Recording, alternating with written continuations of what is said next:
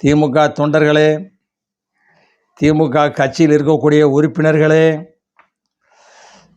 இன்னும் 6 மாத காலம்தான் இருக்கிறது. அரசாங்க உத்தியோகஸ்தர்கள் என்பவர்கள், காவல்துறையை சார்ந்தவர்கள், அரசு அதிகாரிகள் எல்லாம் தற்போது விழித்து கொண்டார்கள்.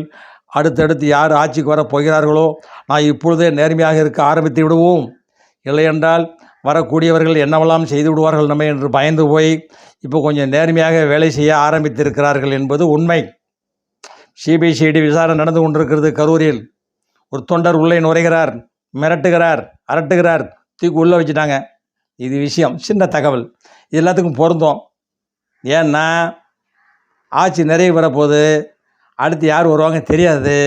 அதனால் இனிமேல் கொஞ்ச நாளைக்கு நேர்மையாக இருப்பாங்க.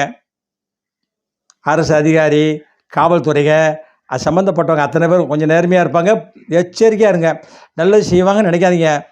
பாத்ரூமில் வலிக்கு விழுந்து மாவு கட்டு போட்டுருவாங்க. எச்சரிக்கையாக இருங்க.